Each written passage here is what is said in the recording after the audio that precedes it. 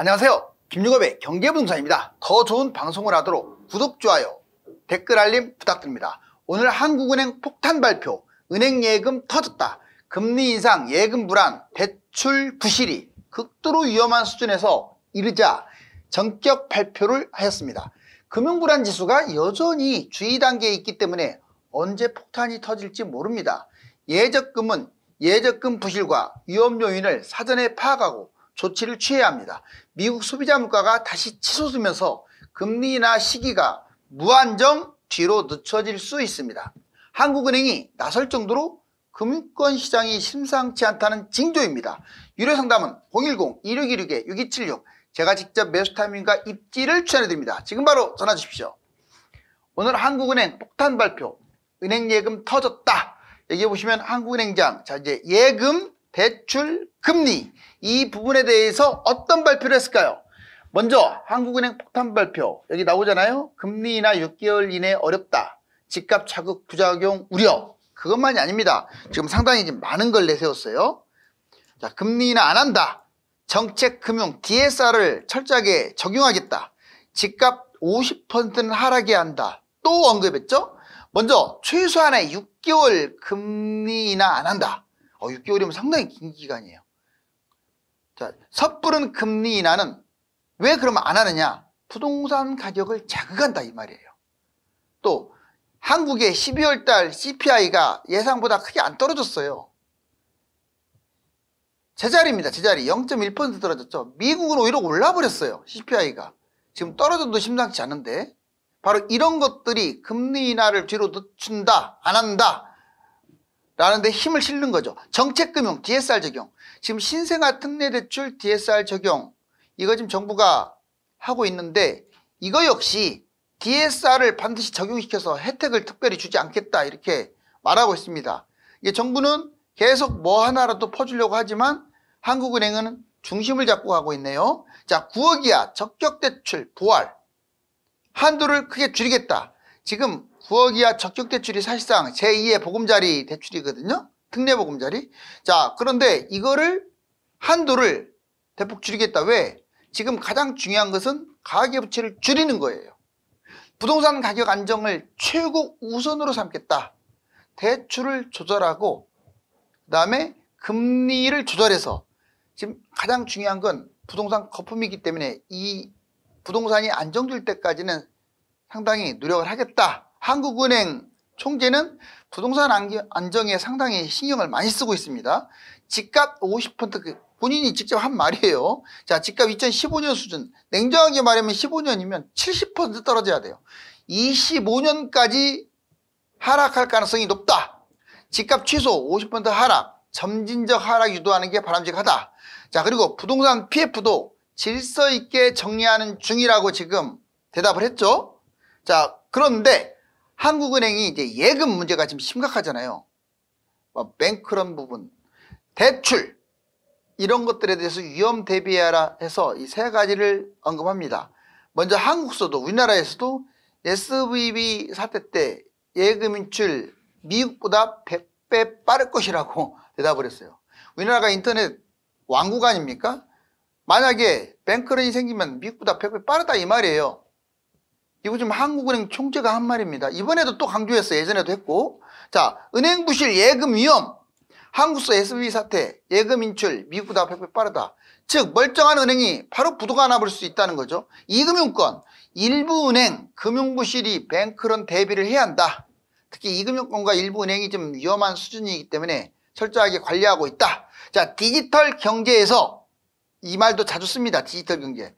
자, 고객 예금 보호 제도를 어떻게 하면 최대한도로 잘 보호할 것인가에 대해서는 요즘 고민하고 있다.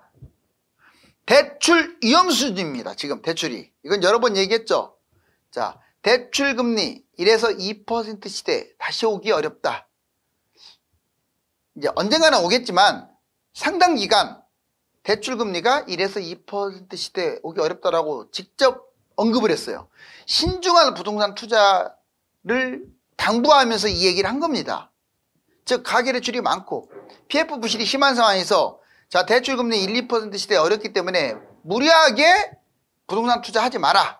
자, 물가 안정을 강조해 놓고 대출 지원만 계속 하려고 하는 금통위원을 비판도 했습니다. 이제 금통위는 자꾸 이제 특례대출이라든가 이런 걸 해주려고 하고 또 어려운 기업이라든가 개인에 대해서 대출을 하려고 하는데 한국은행에서는 그런 식으로 일일이 하게 되면은 앞뒷말이 맞지 않는다. 그리고 지금 경제가 상당히 심각한 상황이다. 그래서 금통위원을 비판한 거죠. 자, PF 대출 정리. 자, PF 대출 위험 신호가 지금 계속 감지되고 있다. 그래서 질서 있게 정리하는 방안을 계속 박차를 가할 것이다. 이번에 태형건설이 지금 워크아웃 이제 마침내 성공을 했죠. 거의 96% 상당히 높은 비율인데 그 자구안이 솔직히 마음에 들지는 않지만 일단 큰 고비는 넘은 것 같아요. 부동산 PF 정부와 협력을 해가지고 금융안정에 최선을 다하겠다. 자, 긴축 유지, 악한 고리, 신용위험 확대하지 않도록 항상 안 좋은 쪽 악한 고리부터 터지기 때문에 이 긴축을 유지하면서 이 악한 고리를 특별관리해서 위험에 처하지 않도록 하겠다. 자, 이제 예적금 위험 터졌다. 솔직히 이것저것해서 지점별로는 문제가 지금 발생하고 있습니다. 금융불안지수 여전히 주의 수준이에요. 우리나라가 금융불안이 안정 수준이 아니에요. 상당히 불안한 수준입니다. 주의 수준. 이것도 1금융까지 통틀어서 그렇지 2금융 것만 놓고 본다면요 경고 수준이라고 봐야겠죠. 부실부동산 PF 정리해야 이게 안정화 수준으로 간다. 예적금이 당연히 관련이 있죠. 예적금 부실. 자, 위험요인, 불확실성, 전쟁, 고금리, 위험징조, 민간부도, 돈가뭄, 돈도 지금 모자라요. 예금경쟁, 그 다음에 위험은행, 굳이 집어낸다면 새마을, 저축은행, 협동조합, 지방은행 등등등. 자, 위험요인 3가지. 지금 은행이 전체적으로 부실합니다. 민간, 즉 가계나 기업이 연체, PF 대출 지금 아직도 줄줄이 사탕으로 널려 있습니다. 태형은 빙산의 일각일 뿐이에요. 이 연체율 악화, 뱅크런, 예적금 문제가 얼마 전에 발생을 했었는데 또 안 생기란 법 없죠. 뱅크런이 생겨버리면 단기간에 부도가 나요. 자, 부도 확산, 개인이라든가 기업이라든가 이금융권, 연쇄부도를 막아야겠죠. 이 위험요인 3가지가 바로 이겁니다. 자, 예적금 해결 방법. 여러분들은 지금 지금 자꾸 이금융권, 새마을 금고, 저축은행, 협동조합 막 이런 얘기가 나오는데 그럼 돈 빼야 합니까? 저는 그렇게 생각해요. 솔직히 언제 터질지는 누구도 장담 못하지만 이미 1년짜리 단기 예금이라면요 그냥 끌고 가세요. 왜 손실까지 봐가면서 굳이 대신에 이제 막 너무 돈이 많다 거기에 그건 좀 고민 좀 해야겠죠. 안전한 은행, 우체국이 제일 낫고 1금융권도 안전합니다. 저도 1금융권 이제 국책은행, 산업은행이라든가 수출입은행, 기업은행 솔직히 부실한 거 맞거든요. 국책은행이 제일 부실해요. 그렇지만 국책은행이 쉽게 부도가 날 가능성은 없잖아요. 그래서 거기에 돈을 빼가지고 딴 데로 옮겨라 이런 말 하고 싶지는 않아요. 다만 알고는 있어야 돼요. 우체국 1금융권에 예치하자. 2금융권 소액 예치 5천만 원 보장 범위. 웬만하면 2금융권은요 많이 하지 마세요. 만기가 될 때까지는 끌고 가다가 분산 예치하세요. 어차피 5천만 원까지밖에 보장이 안 되니까 만기 시 안전한 은행으로 분산 투자. 자, 오늘 제가 확실하게 말씀드렸습니다. 자, 우리은행 어때요? 그 다음에 신한은행 어때요? 막 그러는데 1금융권은 상대적으로 안전하다. 꼭 기억하세요. 자, 이제 미국 3대 위기. 근데 미국이 지금 아주 좀 심상치가 않아요. 미국 물가 지금 깜짝 반등을 해버렸습니다. 누구나 다 이번 달 미국 물가가 아마 보합이거나 떨어질 것이다 그럴 줄 알았는데 오히려 올라갔어요.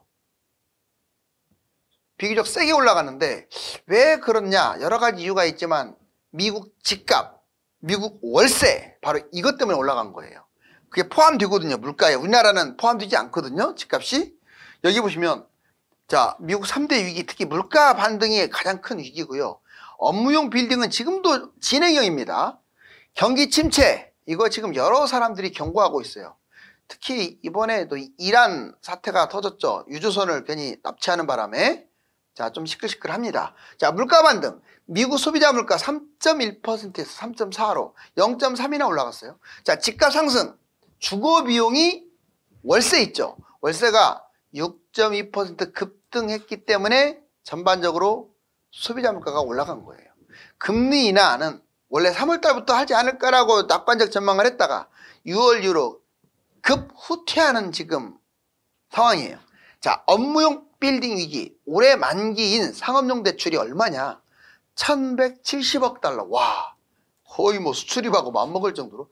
아무튼 부실 폭탄입니다.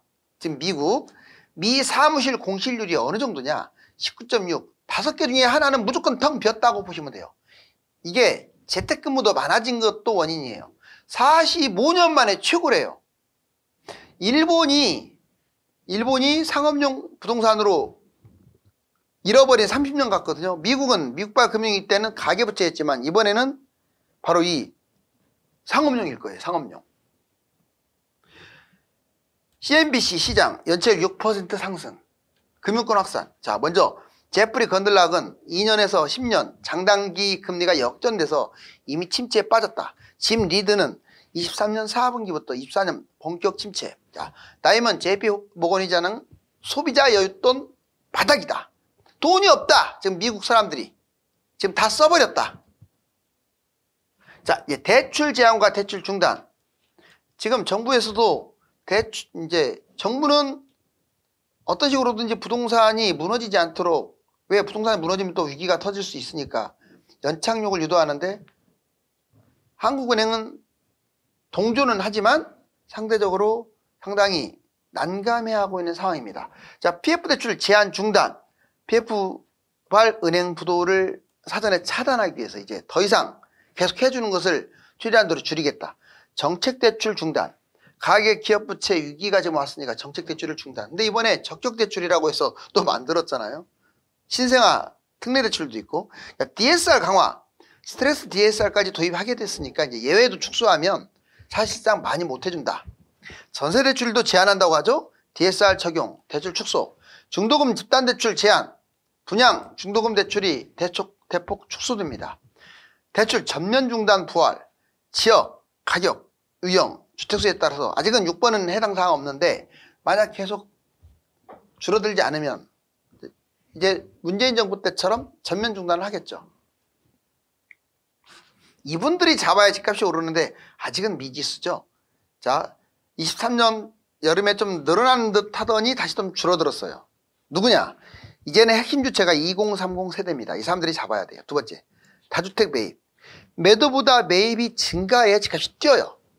법인 매입, 소액을 여러 채 매입해줘야 집값이 올라가는데 지금 거의 매입 안 하고 있습니다. 외지인 매입, 서울로 이렇게 와서 서울 투자를 해야 서울 집값이 뛸 거 아닙니까? 핵심 지역 투자, 갭 투자 매입, 갭 투자도 지금 전세가율이 아직은 너무 낮아요.